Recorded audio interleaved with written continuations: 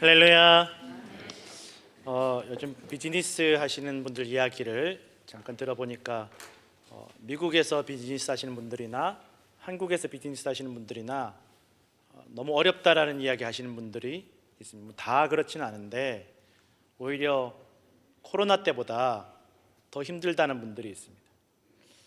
코로나 때는 다 일 못하니까 이 코로나만 지나가면 다시 열심히 일하면 다시 좋아질 거라는 그런 희망이라도 조금 있었는데, 요즘은 열심히 일할수록 손해보는 느낌이 나고 아무리 해도 이게 괜한 일을 하는 것 같고 앞이 안 보인다라는 이야기를 들은 적이 있습니다. 한국에서도 미국에서도 이게 사람이 열심히 일하면 더 좋아질 거라는 그런 희망이 있으면 더 힘들어도 힘이 날 텐데, 아무리 노력하고 애쓰고 발버둥 쳐도 나아질 기미가 보이지 않고, 아니 열심히 할수록 몸도 지치고 마음도 지치고 병들고, 그러니 밤에 잠이 안 온다라고 합니다. 열심히 일하면 열심히 일한 만큼 좀 뭔가 열매가 있으면 좋겠는데 그렇지 않다라는 것입니다. 단순히 비즈니스만 그런 게 아니라 가정에서도 그렇다라고 합니다. 은퇴하신 남자분들 이야기를 들어보니까 평생 내가 먹고 싶은 거 안 먹고 내 몸 돌보지 않고 가족들 위해서 정말 뼈가 빠지도록 일을 했는데, 이제 은퇴하고 집에 와 보니까 그 수고는 다 누가 알아주지 않더라는 거예요. 그동안 아버지 어디 있었냐고 어색하고 서먹서먹하고 더 멀어지고 대화도 되지 않고 이야기하려고 하지 않고 가까이 오려고 하지 않는다라는 거예요. 마음이 너무 섭섭하시다라는 이야기를 들었어요. 평생 내가 왜 그렇게 아둥바둥 열심히 몸을 갈아 아파도 아프다고 말도 못하고 일을 했는데 그 수고가 다 헛되다라는 생각이 드니까 마음이 그렇게 낙심이 되신다라는 거예요. 남자분들만 그런 게 아니라 여자분들도 잠도 못 자고 아이들 돌보고 집안일 했는데 뭐 했냐고 그러면 너무 마음이 무너진다라는 거예요. 그 수고가 인정받지 못하고 아무도 알아주지 않을 때, 그 수고가 남긴 것이 아무것도 없을 때 마음이 너무 아프고 절망스럽다라는 것입니다. 교회도 신앙생활도 마찬가지입니다. 오랜 세월 내가 열심히 주일 지키고 봉사하고 섬겼는데 이제 돌아보니까 남는 게 없는 거예요. 내가 뭐하러 그렇게 열심히 교회 다녔나, 뭐하러 그렇게 열심히 신앙생활 했나, 그런 낙심하는 마음이 찾아올 때가 있더라는 것입니다. 세계 경제가 안 좋고 나라 경제가 안 좋고 또 기후나 전염병이나 여러 가지 이유들에 의해서 또는 다양한 상황들에 의해서 아무리 노력해도 상황이 더 좋아지기는커녕 힘들고 병들고 지치고 낙심하고 시험 드는 일들이 찾아오더라는 것입니다. 다들 열심히 하면 좋은 날 오겠지, 그런데 열심히 할수록 더 마이너스가 되는 것을 느끼면 막 힘들다라는 것입니다. 1876년에 조선이 그랬다라는 것입니다. 준비가 안 되었는데, 우리는 아직 외국이랑 무역하고 외교할 준비가 안 되었는데 일본 때문에 억지로 항구를 열고 무역을 해야만 했다라는 거예요. 준비가 안 되어 있으니 다 빼앗기는 거예요. 외국 자본이 물밀듯이 들어오고 이 전통 경제는 다 무너져가고 쌀값이 폭등하고 농민들은 땅을 잃어버리고 그나마 돈 있는 사람 땅 빌려서 소작하던 그 땅조차도 이제는 못하다라는 거죠. 또 그 와중에 1901년, 1902년 2년 동안 큰 흉년이 들어서 그렇게 열심히 노력했는데 마이너스라는 거예요. 마이너스. 농사 위에서 밤낮 쉬지 않고 비 오면 또 나가서 밭 보고 그렇게 열심히 새벽같이 나가서 밤늦게 들어오고 했는데 다 소용이 없다라는 것입니다. 또 거기서 끝났으면 좋은데 일본하고 중국이 전쟁을 또 하는데, 또 러시아랑 일본이 전쟁을 하는데 자기들끼리 싸울 거면 자기네들 땅에서 싸우면 좋은데 왜 남의 땅에 와가지고 이 조선 땅에서 싸움을 벌여가지고 다 조선, 정작 전쟁은 일본이랑 러시아랑 중국이랑 하는데 이 조선 사람들 죽어나가고 조선 땅이 다 황폐화된다는 것입니다. 정부는 너무 무기력해서 백성들을 지켜주지도 못하고 일본은 점점 더 숨통을 조여오고 사람들은 굶주리고 전염병, 힘없는 사람들, 가난한 사람들, 배우지 못한 사람들은 안 그래도 힘들었는데 더 힘들어지고 앞이 보이지 않더라는 것입니다. 아무리 열심히 일해도 열심히 일한 만큼 더 빼앗기더라는 거예요. 저 집에 뭐 있다더라. 그럼 다 가져간다는 거예요. 밑 빠진 독에 물 붓는 것처럼 아무 소용이 없고 노력이 쓸데없이 되었다라는 것입니다. 상황이 점점 더 힘들어지고 이게 뭐 버티고 견딘다고 해서 해결될 일이 아니라 버티고 견딜수록 더 힘들어지고 또 열심히 노력한다고 더 나아지는 것이 아니라 노력한 만큼 더 빼앗기고 실망스럽고 낙심이 찾아오더라는 것입니다. 그렇게 절망스러운 상황 가운데 마침 이 조선에 들어와 있던 선교사님들이 이 가난한 사람들에게 솔깃한 얘기를 하는 거예요. 저기 하와이라는 데 가면 사탕수수라고 농장이 있는데 그 사탕수수 농장에 가면 적어도 굶지는 않고 여러분들이 일한 것만큼은 대가를 받을 수 있다는 거예요. 당연히 일한 것만큼 대가를 받아야 된다고 생각하지만 요즘은 여러분 사실은 우리가 일한 만큼 대가를 받는 것이 얼마나 특별한 은혜인지 모릅니다. 우리가 노력한 만큼 열매를 거두는 게 이게 자연스러운 일이 당연한 일이 아니라는 것을 오늘날을 살아가는 여러분들도 아시지 않습니까? 하와이 가면 굶지 않고 일한 만큼 대가를 받고 그리고 여기서와는 다르게 교회 다녀도 누가 뭐라고 하는 사람 없다. 오히려 교회 열심히 다니라고 격려해 주지 딱 주일이 되면 쉬고 교회 가게 해주지 여기처럼 다 일하러 나가야 도 그러지 않는다고. 처음에는 그래도 아무도 안 가려고 했는데 선교사님들이 설득을 해서 처음에 교인들 50명이 결단을 했다라는 거예요.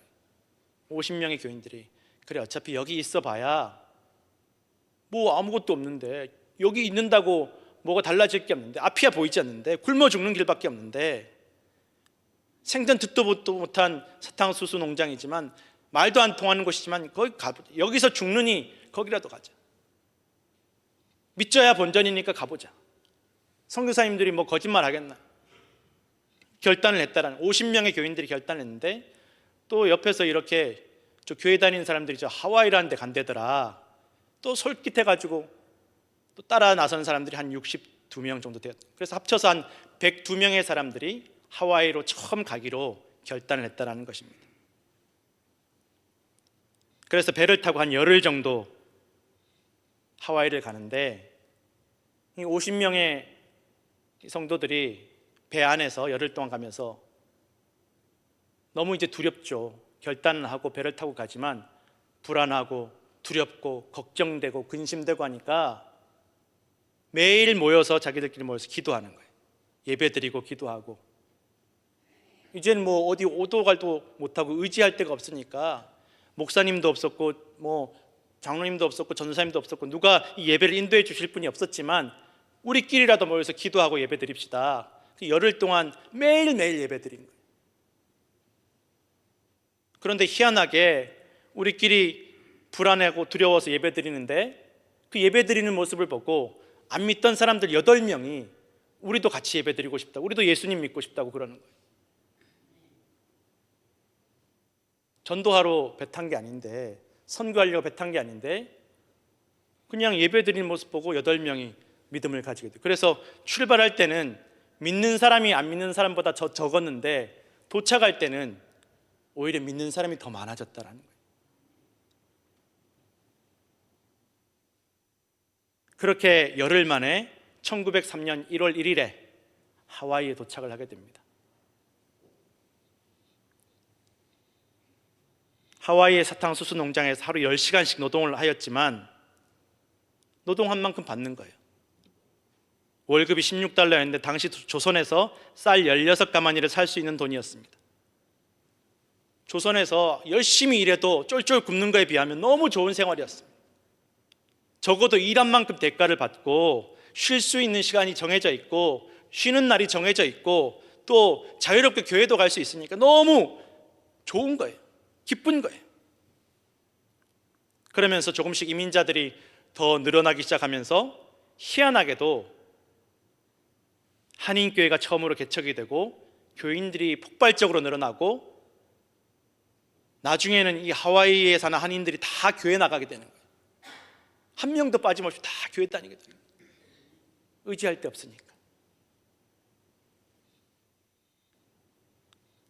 오늘 우리가 읽은 이 마태복음에는 베드로가 그 형제 안드레와 함께 투망을 던지고 있었다, 그물을 던지고 있었다. 이 그물이란 말이 투망입니다. 투망. 이 큰 배로 잡는 이 그물이 아니라 한 사람이 그냥 던질 수 있는 그물, 투망.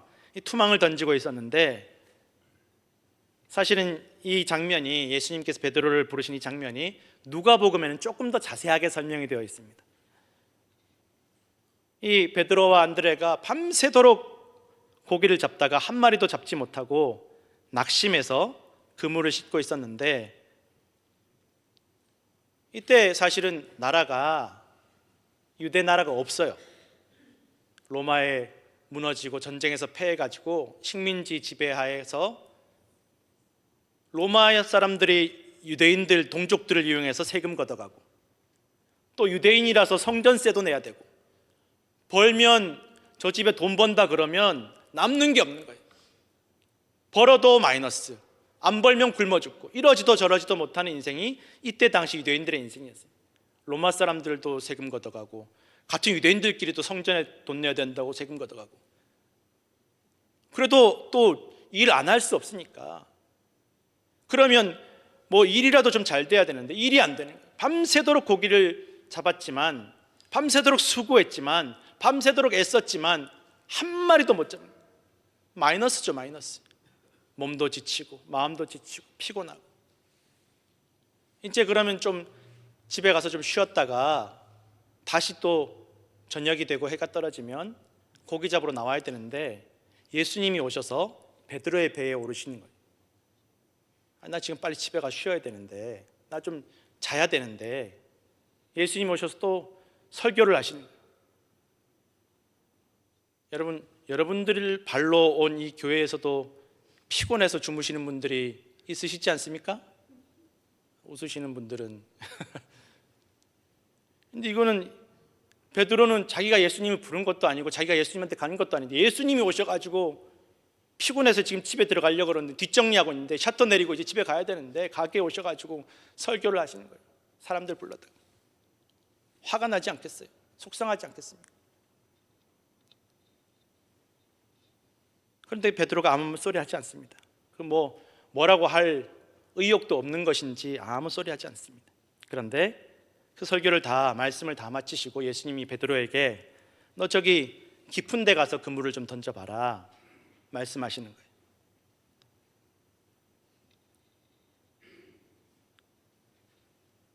아무리 열심히 해도 밤새도록 고기를 잡아봤는데, 이렇게도 해보고 저렇게도 해봤는데 다 안 됐는데, 예수님이 뭐라고, 같이 고기 잡던 사람도 아닌데, 뭐 고기에 대해서 뭘 아시는 분도 아닌 것 같은데, 뭐라고, 예수님이 뭐라고 깊은 데 가서 그 그물을, 이제 그물 정리하고 집에 가야 되는데. 베드로가 그렇게 이야기합니다. 밤새도록 우리가 다 해봤습니다. 안 해본 게 없습니다. 예수님, 이렇게도 해보고 저렇게도 해보고 여기서도 해보고 저기서도 해봤는데 한 마리도 못 잡았습니다. 그러나 말씀하신 대로 순종하겠습니다. 이렇게도 해보고 저렇게도 해봐도 안 됩니다. 뭘 더 해보라는 것입니까? 그러나 말씀대로 순종하겠습니다. 그런데 예수님께서 말씀하신 그 시간이 물고기가 안 잡히는 시간이에요. 그래서 어부들이 다 그물 정리하고 집에 돌아갈 시간. 여기서 이제 이 시간대는, 이때는 아무리 그물 던져도 고기가 안 잡히는 시간대. 그리고 저 깊은 곳에는 지금 이 시간에 그 자리에서는 고기가 안 잡히는 장소라는. 그러나 말씀대로 순종하겠습니다. 그런데 기가 막힌 일을 경험하게 됩니다. 그물이 찢어질 정도, 그물 뜯어지는 소리가 들리면 투투투투, 얼마나 기가 막히겠습니까? 옆에 다른 배에 타고 있던 야고보와 요한도 그 일을 같이 보았고 또 도와주려고 와서 거들어주는 것입니다. 그 은혜를 경험하고 그 기적을 경험하고 베드로가 예수님 앞에 나와서 엎드려서 나는 죄인입니다, 나를 떠나십시오 라고 고백합니다. 여러분, 예수님께서 베드로에게 야 이 나쁜 놈아, 야 이 죄인아, 너 지금까지 어떻게 살아왔냐, 너 무슨 잘못했지, 너 무슨 죄를 지었지, 이 죄를 지적해서 정죄해서 베드로가 죄를 깨닫고 고백하는 것이 아니었다라는 거예요. 너 베드로, 너 이렇게 나쁜 사람 아니냐, 너 마음에 이런 죄가 있지 않냐라고 베드로의 죄를 끄집어내서 베드로가 죄를 깨닫고 고백하는 것이 아니었습니다. 은혜 주셔서, 은혜 받아서 베드로가 자기가 죄인임을 깨닫고 고백하였다라는 것입니다. 그저 예수님 말씀에 순종하여 놀라운 은혜를 먼저 받고 비로소 자신이 죄인임을 깨닫고 고백하였다라는 것입니다. 성도 여러분, 우리가 교회에 와서 예수님 만나고 나는 죄인입니다라고 고백하는 것이, 우리가 교회에 나오기 전에 예수님 말씀 통해서 나는 무슨 죄를 지었고 그래서 여러분 우리가 죄인임을 고백한 것이 아니라는 거죠. 예수님이 먼저 아직 죄인이었던 우리를 먼저 사랑하시고 먼저 우리를 십자가에서 피 흘려주시고 먼저 우리에게 영생을 약속해 주시고 먼저 부활의 은혜를 보여주셨기 때문에 우리가 예수님께 나오고 예수님 불러주셔서 예수님께 나오고 은혜를 깨닫고 나서야 비로소 우리가 죄인임을 깨닫고 고백하게 되었다라는 것입니다.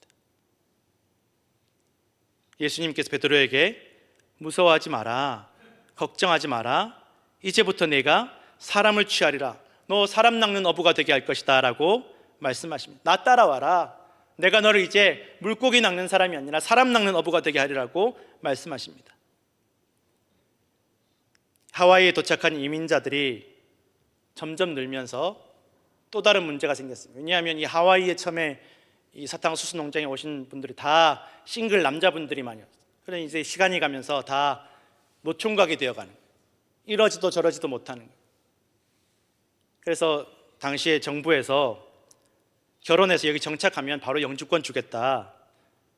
그런데 뭐 말도 안 통하는 곳에서 하와이 원주민이랑 결혼할 수도 없고, 그래서 이 하와이에 있는 노총각들의 사진을 조선으로 보내서 이 사진에 나온 남자랑 결혼할 여자들을 모집하는 거예요. 가서 결혼하면 영주권도 주고 잘 먹고 잘 산다. 근데 여러분, 그렇게 사진을 보낼 때 누가 있는 모습 그대로, 지금 모습 그대로 사진 보내겠어요? 10년 전에 15년 전에 하와이 올 때 찍었던 사진, 양복 쫙 빼입고 깨끗하게 입고 찍었던 사진. 우리 교회도 그렇지 않습니까? 제가 교회에 사진 내신 분들 사진 보면 이게 언제적 사진인지 잘 모를 때가 있어요. 권사님이 70이 넘으신데 이 사진은 30대 40대 사진이신 분들이 있는 거예요. 도저히 못 알아보겠어요. 그래서 전화해서 물어봐야 돼요. 이게 누구시냐고, 따님이시냐고. 아니, 30년 전에 찍은 사진이라고. 이분들도 마찬가지예요. 이분들 10년 전에 찍은 사진, 20년 전에 깨끗하고 멀끔할 때 찍은 사진 보내, 또 거기에 또 넘어가는 여자들이 있다라는 거예요. 아이고 잘생겼네 그러고, 이 정도면 뭐 그냥 대충 참고 살겠다 그러고, 그 사진만 보고 하와이에 왔어요. 와서 보니까 어때요? 웬 할아버지가 계신 거예요. 세상에 웬 할아버지냐고. 아니 내가 당신 신랑 될 사람이라고. 난 이게 못 산다고. 실제로 신랑 얼굴 보고 물에 뛰어들어서 자살하려고 그랬던 여자도 있었다라고. 얼마나 못생기고 늙었으면 그랬겠어요. 사람들이 억지로 또 물에서 끌어낸 거예요. 어쩔 수 없이 그래서 돌아가지는 못하니까 이제 다 정리하고 돈만 거의 한 200불씩 들었다는 거예요. 그때 한 달 월급이 16달러였는데 200불씩 내고 왔는데 어떻게 또 돌아갑니까? 그래서 어쩔 수 없이 가정을 이루고, 내가 낚였구나, 내가 낚시당했구나, 내가 미끼를 잘못 물었구나, 어쩔 수 없이 가정을 이루고 자녀를 낳고 정착을 하게 되었습니다. 그러면서 속상하고 의지할 데 없으니까 또 다 교회로 가는 거예요. 다 교회. 남편 의지할 수도 없고, 이제 가족들은 너무 멀리 떨어져 있고, 교회 가서 기도나 해야지. 다 그렇게 교회 오는 거예요. 그러면서 교회가 더 부흥하게 되고, 또 신앙을 통해서 의지가 되고 소망을 가지고 자녀를 낳고 점점 더 생활이 좋아지더라는 거예요. 조선에 살 때와는 비교도 할 수 없는 인생이 펼쳐지더라는 것입니다. 점점 하와이로 올 때는 신앙이 없던 이들이 다 교회 다니게 되고, 갈수록 그 믿음이 뜨거워지고 담대함이 생겨서, 왜 우리가 하와이에만 있어야 되냐, 캘리포니아도 가고 저 미국 동부 뉴욕도 가고 그러자. 사탕수수 농사 지으러 하와이 왔던 사람들이 사람 농사 짓게 되었다는 것입니다. 복음 농사 짓게 되었다는 것입니다. 먹고 살기 위해서, 죽지 못해 살기 위해서 왔던 이들이 점점 다른 이들을 먹여 살리는 인생이 되고, 죽을 사람들을 살리는 인생이 되고, 죽을 영혼들을 살리는 인생과 가정이 되었다는 것입니다. 뉴욕에 처음 정착한 분들도 다 맨해튼에서 일하고, 너무 비싸니까 이 플러싱에, 집값이 싼 플러싱에서 말도 안 통하지만 버티고 견디면서, 교회 때문에 버티면서 인생이 변하기 시작하더라는 것입니다. 교회 다니면서 버티고, 기도하면서 버티고, 예배하면서 버티고, 새벽 기도 나가면서 버티고, 성경 공부하면서 버티고, 그 자녀 낳고 기르고, 그 자녀들이 신앙을 이어가고, 그러면서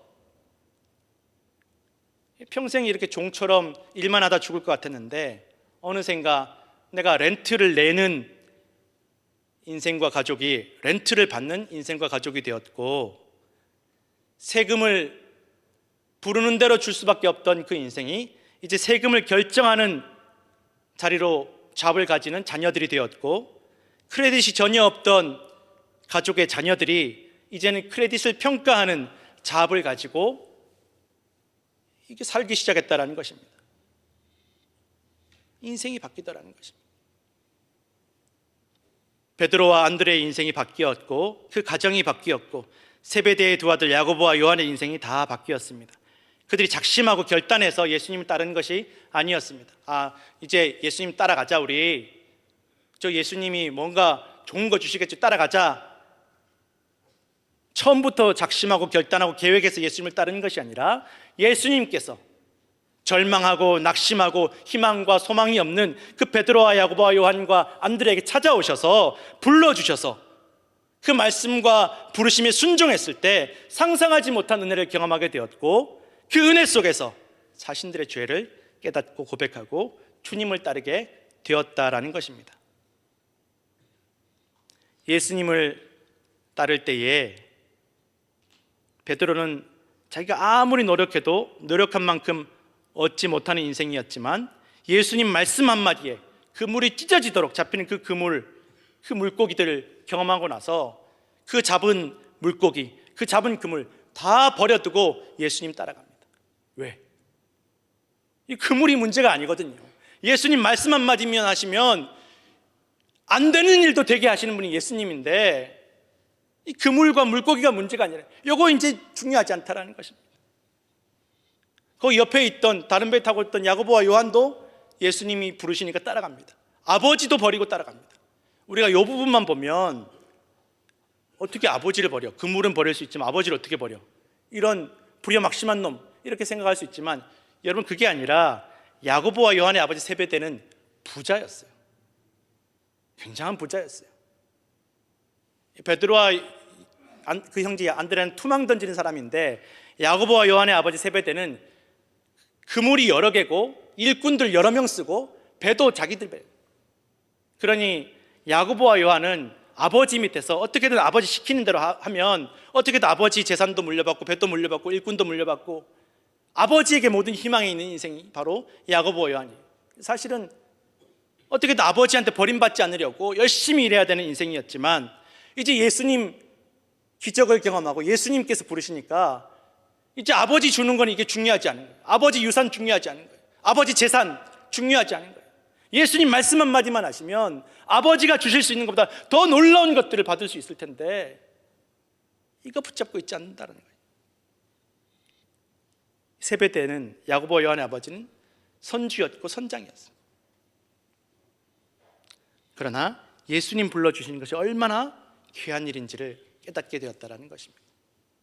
마태복음 13장 44절에서 46절 말씀 함께 읽겠습니다. 천국은 마치 밭에 감추인 보화와 같으니 사람이 이를 발견한 후 숨겨두고 기뻐하며 돌아가서 자기의 소유를 다 팔아 그 밭을 사느니라. 또 천국은 마치 좋은 진주를 구하는 장사와 같으니 극히 값진 진주 하나를 발견하며 가서 자기의 소유를 다 팔아 그 진주를 사느니라. 아멘. 예수님 따르는 길이, 복음의 길이 뭘 버리는 길이 아니라 더 좋은 것을 얻는 길임을, 더 영원한 생명을 얻는 길임을 여러분 믿으시길 바랍니다. 뭘 버리고 뭐 포기하고가 아니라 더 좋은 거 얻으려면 우리 결혼하려면 씻고 몸단장 해야 되지 않습니까? 성도 여러분, 우리가 아무리 노력해도 안 되는 일들로 인해서 낙심하고 주저앉아 있을 때에도 주님께서 우리를 찾아오시고 부르십니다. 하루하루 내가 살아남기 위한 인생이 아니라 세상을 살리는 인생 되게 하시겠다라고 우리를 부르신다라는 것입니다. 우리 같이 찬양 한 곡 하실 텐데 전능하신 나의 주 찬양 함께 하시겠습니다.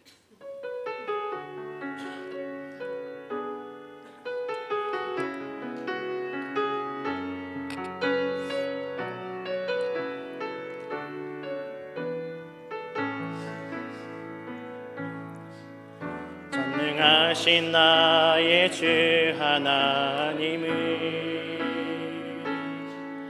능치 못하실 일 전혀 없네. 우리의 모든 간구도 우리의 모든 생각도 우리의 모든 꿈과 모든 소망도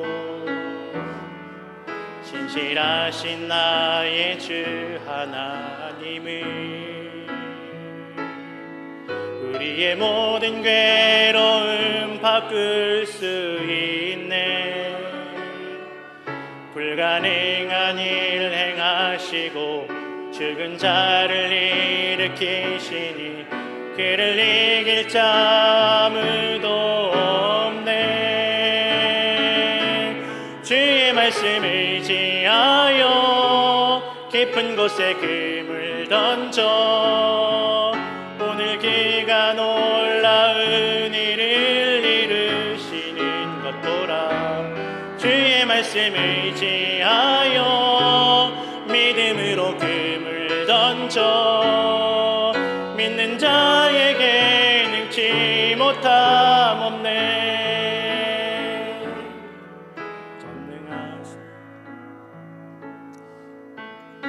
전능하신 나의 주 하나님을 능치 못하실 일 전혀 없네. 우리의 모든 간구도 우리의 모든 생각도 우리의 모든 꿈과 모든 소망도 신실하신 나의 주 하나님을 우리의 모든 괴로움 바꿀 수 있네. 불가능한 일 행하시고 죽은 자를 일으키시니 그를 이길 자 아무도 없네. 주의 말씀 의지하여 깊은 곳에 금을 던져 오늘 그가 놀라운 일을 이루시는 것 보라. 주의 말씀 의지하여 믿음으로 금을 던져 믿는 자에게 능치 못함 없네. 아멘. 예수님께서 겟세마네 동산에서 기도하십니다. 예수님 3년 동안 얼마나 고생 많이 하셨습니까? 죽은 자도 살리시고 병든 자도 고치시고 배고픈 자도 먹이시고. 그런데 아무도 안 바뀌는 거예요. 한 명도 안 바뀌는 거예요.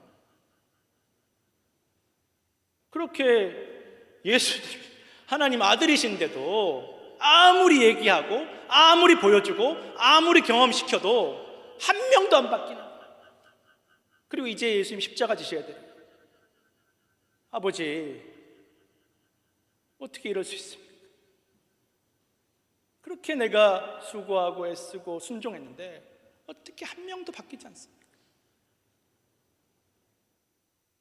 십자가까지 져야 됩니다. 하실 수 있다면 이 잔을 내게서 옮겨주십시오. 그러나 나의 원대로 마옵시고 아버지 원대로 하옵소서. 하나님 말씀에 예수님께 순종하실 때, 순종하셔 십자가에서 달리셨을 때 사흘 뒤에 부활하셨음을 우리는 성경을 통해서 알 수 있다는 것입니다. 죽음도 이기시는 분이 하나님이심을 믿으시기 바랍니다. 사람들은 이제 죽음 앞에서 다 소용없다라고 얘기합니다. 이제 죽을 날만 기다리는데 뭔 소용이 있냐, 이제 죽는데 무슨 소용이 있냐. 그러나 하나님께서 그 죽음 가운데 우리를 다시 살리실 것을 믿으시길 바랍니다. 불가능한 것이 없으신 하나님이십니다. 이 신앙생활하면서 교회도 다녀봤고 기도도 해봤고 헌금도 내봤고 봉사도 해봤는데 무슨 소용이 있냐. 다 해봤는데 무슨 소용이 있냐. 또 하라는 거예요. 또 기도하시고 또 말씀 읽으시고 하나님 붙잡으시고 예수님의 부르심에 순종할 때 하나님께서 우리를 다시 일으키시고 살리실 것을 믿으시기 바랍니다. 그 말씀을 듣고 순종하여서 놀라운 은혜를 경험하시고 예수님의 부르심에 응답하여 예수님과 함께 구원하고 살리는 예수님의 제자들이 다 되시는 이 사순절 되시기를 축원합니다.